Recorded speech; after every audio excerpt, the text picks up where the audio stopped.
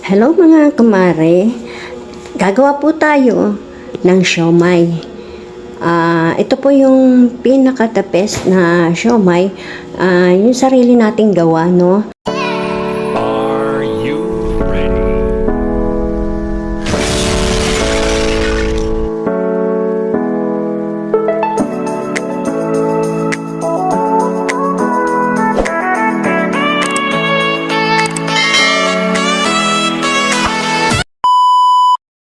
Hello mga kumare, gagawa po tayo ng siomai. Ito po yung pinaka-the best na siomai, yung sarili nating gawa, no? Kasi kung mga nabibili lang natin, medyo maliliit siya. So, bali ito, matatansya natin kung gusto natin ng malaki, maliit, or katamtaman. Ito po yung mga ingredients na gagamitin natin. Ako, medyo malabo pa. Wait lang po. Ito po yung brown, kasim po yan. Na sinamahan natin ng taba. Ano po? Kasi mas masarap yung medyo, yung nakakain natin. Ito po yung kasim na may taba. Pinaghalo ko na po yung taba. Kasi kanina medyo inhalo na. Tapos ito po, yan, carrots. Ito pong kasim na to kasi may, pag sinabi mo kasi, doon sa binibilan ko, pagka sabi ko yung kasim na maliit lang ang taba, yan. Kasi minsan tinatanggal nila yung taba, binibigay, inaalis nila kasi merong, halimbawa, high blood, ayaw ng may taba, yung kahit pag bumili ka ng kasim, tinatanggal nila yung taba. So, bali sa akin, yan, tapos pinagsama ko na lang po. Plus, ito po yung shrimp, na shrimp po yan, yung sabaw ng shrimp. Pag wala kayong pambiling hipon, kasi mahal nga ang hipon, so bali, nag-ano lang ako ng ganito, cubes na inano ko. Tapos ito po. Tapos plus egg, at syempre meron tayong tawag dito yung ng sibuyas. At meron po tayong ganito. Dito po natin aanihin yan. Okay, start na po natin. Ito. Yan, nahugasan naman yan. Ito na po, aanihin po natin yung baboy, yung carrots.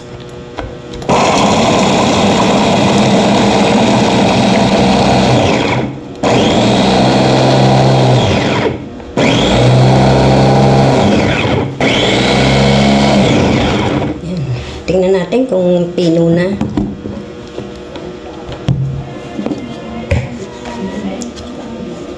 Ito po. Yan. Medyo teka. Medyo pa, hindi pa, kailangan pino siya. Okay. So, bali, natin.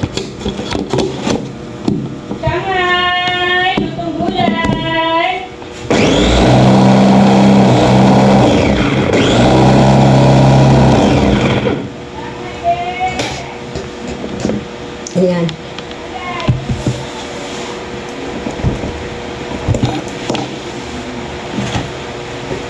So, bali ito po, sasama po natin dito sa medyo yung yan. Medyo pinatay ko po yung ilaw kasi medyo maliwanag. So, bali ito po, walang magahaw kasi ng ating camera. Ito po yung pork. Then, ito na po yung giniling natin na carrots. Pagsasamahin na po natin. Yan po, ganito po siya. Pino na po. Pino na po siya.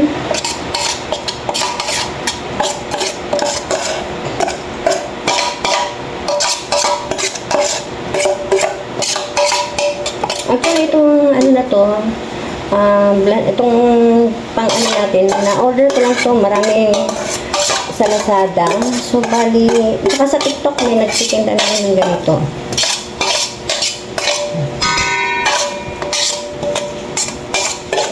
Yan. As ano to, dito rin ako nag-ano ng karne. Yan.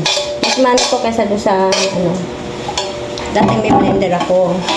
So, bali, hindi ko na ano, hindi kaya ng blender yung mga matitigas na ano. So, bali, pinalitan ko. Ito na ang ginamit ko. Ito po, celery. Yung ano na sibuyas. Lagyan po natin ng toyo. Kahit ano pong toyo. Tansyahin lang po natin. So, balik isang tsara. Yung dalawa. At lagyan po natin ng paminta. Tansya-tansyahin lang po tayo. Ayan. Ayan po. Ayan. Tapos, lagyan po natin syempre ng oyster sauce. Ayan, isang kutsara. Ayan. Tapos, lagyan natin ng itlog, isang itlog. Ayan. Tapos, lagyan natin ano ito? Ito.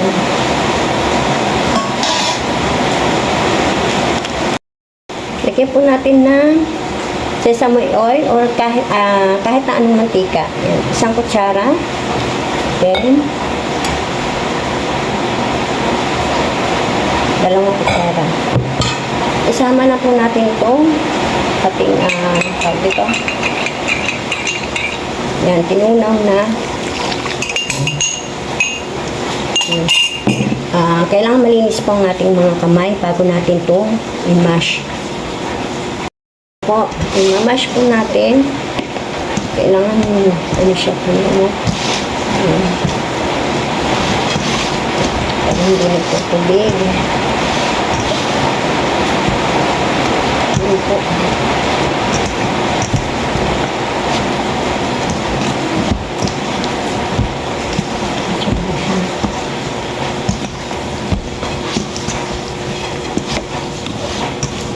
Yan.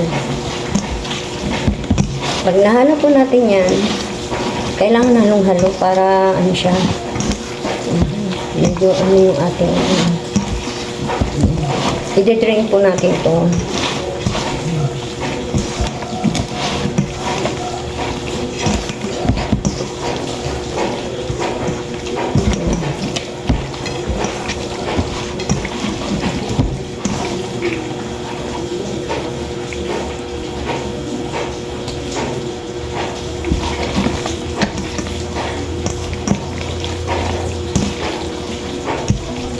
Yan. Kailangan pagka bibili po kayo ng baboy, yung talagang giling na giling siya. O kaya kayo na mismong magiling para nakikita ninyo kung talagang maayos yung pagkakagiling. Ano po? Kasi minsan basta giling nilang ginagawa ng iba. Hindi naayos. Yan.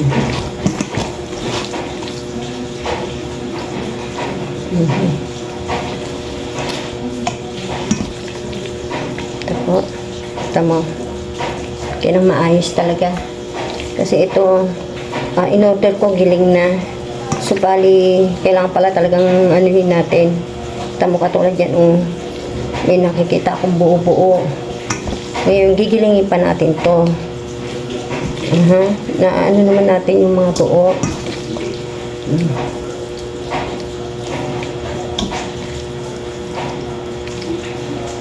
Sa paggawa po ng siomai, kailangan talaga yung pino, no? Kasi para pag kinagat nila, yung halimbawa, naluto mo na, kakagatin, ano na siya, walang sumasabi, walang na ano na buo, no? Kasi, yan, tatanggalin natin yung mga buo para i-blend uli natin. Ano po? Ano natin, gigilingin uli. Yan.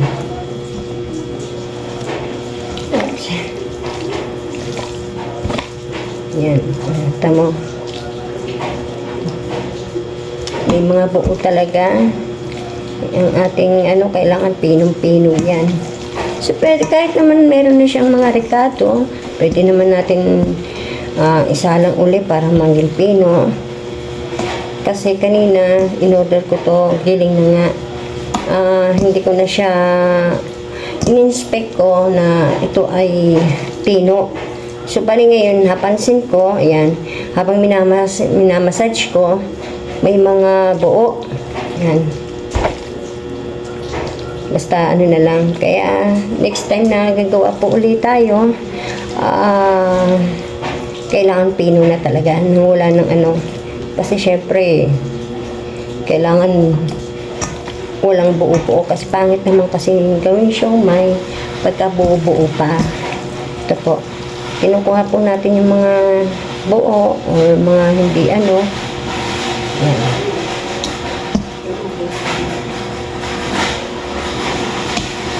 Yan.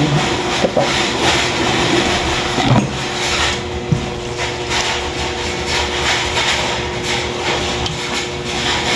Saka nga po pala sa ano, mas masarap yung sariling gawa ng chili oil para po alam natin kung paano ang pagkakaluto niya.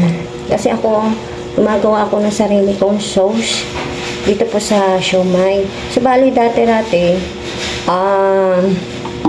bumibili ako yung nakaripak na sa palengke na siomai. So, bali minsan kasi, parang ang tigas niya pagka hindi mo masyadong inano, na ano. Ngayon, naisipan kong gumawa, first time kong gumawa nito, titingnan natin kung maayos ang magiging resulta. Ano po? Kasi ito, sabi nga nila, mas maganda yung ikaw ang gagawa, mas nakakatipid, at mas nakakamura. Kasi ang kilo nito sa palengke, 300 plus, nagtanong ako sa bayan. Ngayon, dito ako bumili kay konsehal. Ang kanyang mga lang, dinideliver pa. Napakamura ng baboy niya. Mga sariwa naman po. Yan. Ibe-blender po natin ulit itong isa. Yan. Kasi medyo nga may na kung malalaki. Hindi siya alam niya po nung binili ko to, napaka-inosente ko talaga.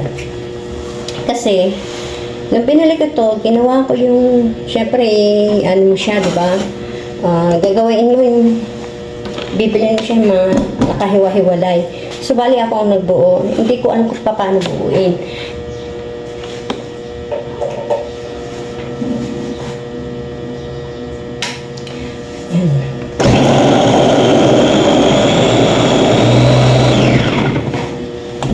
Tapos ano nga ba nangyari? Nung binubuo ko siya, ito na po. Giling na siya.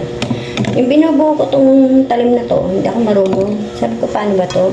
Wala naman sa akin tumutulong kasi wala rin naman ako alam kung paano. Hindi ko naman siya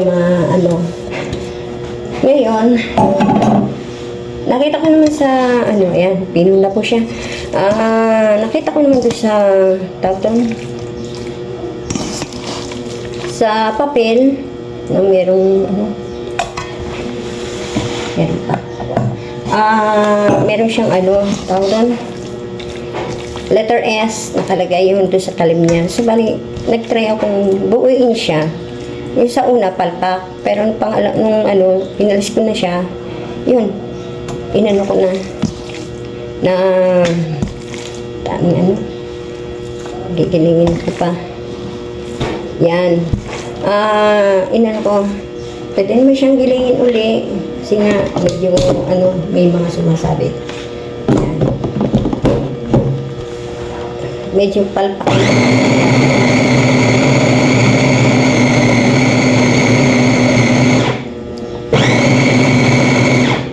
Ngayon, ang ginawa ko, inulit ko uli. Hanggang sa nakuha ko yung nagawa ko ng chili oil noon. Mabuti na lang, pansarili lang. Ngayon, ang ginawa ko, nung nag-ano na ako ng chili oil, matalas to. hindi ko natanggal yung plastic dito. May plastic kasi ito eh, yung parang ano ng talim. Yun. Ganda pala eh pagka inino siya oh. Yan. Ano po natin ulit no po kasi gawa ng para mapino po siya maigi kasama yung ano. Hindi ko masyadong na ano kasi pasensya na kay ito. Ano natin para yung tawag yung sauce naghalo-halo kasi hindi basta-basta kasi ito eh.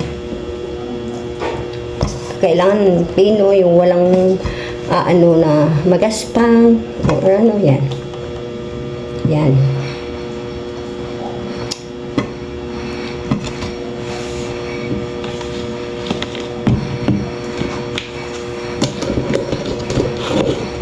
Dahil na first time, syempre, ano naman. Uy.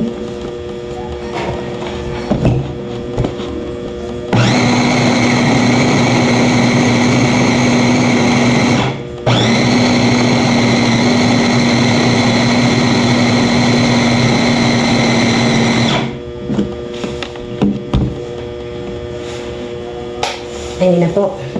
Napakapino na po niya. Sayang din man. Kasi ako pagka nagluluto ako, basta ano, inaano ko yung asisay.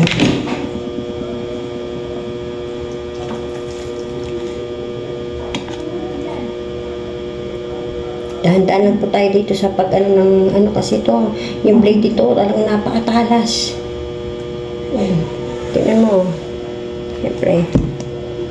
Matalas po yan. Kaya kailangan ingat-ingat na lang po. Yan. Ito na po siya. Yan. Binlender ko po ulit. Yan. Napakaganda niya. Pinong-pino po siya yan.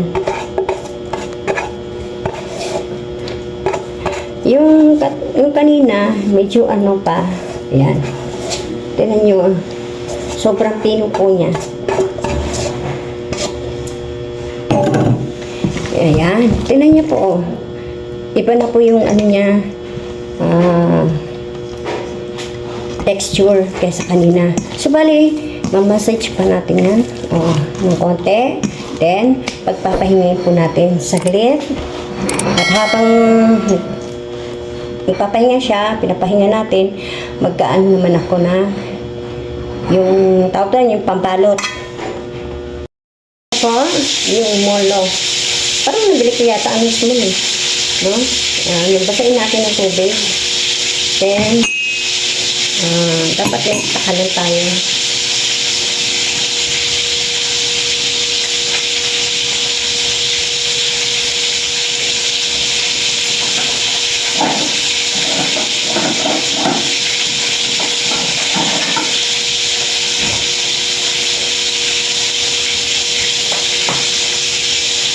Ito po, mura po ako ng maliit na.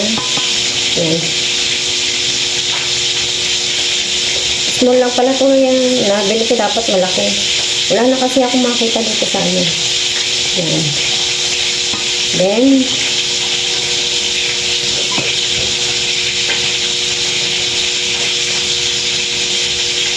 yan, ganyan po. Na ano po ng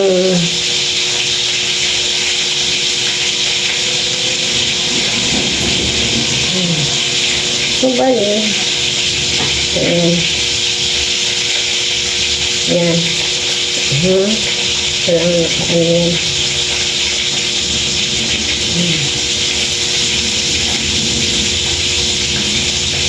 iangat natin yan.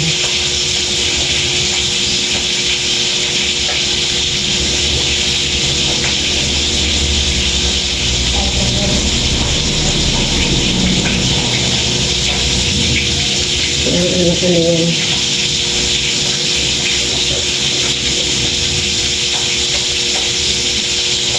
Yan po. Ganito po pagkagawa. Ayan.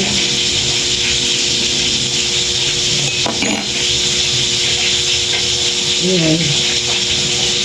Malaki na po siya.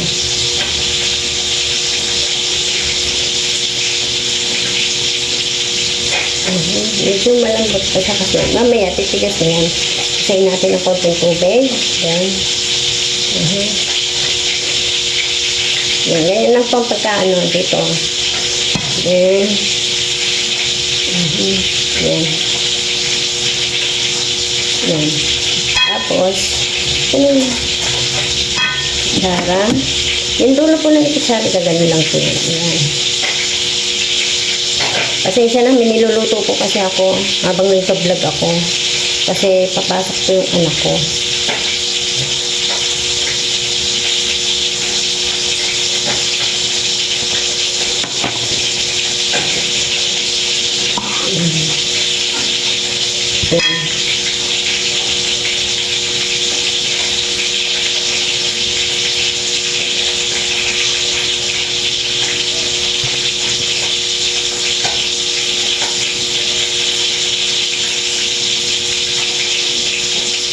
Dapat maayos. Ito, yan.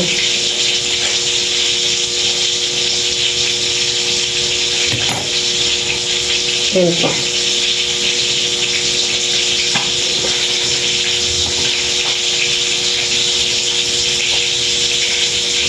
Yan po. Hanggang sa muli po. Ito po ang inyong Nicole, George Manalo. Kung bago lang po kayo sa aking video, huwag niyo pong kalimutang i-subscribe, i-like at i-share. Maraming salamat po. Hanggang sa muli natin pag-aaral ng pagluluto. See you. Bye-bye.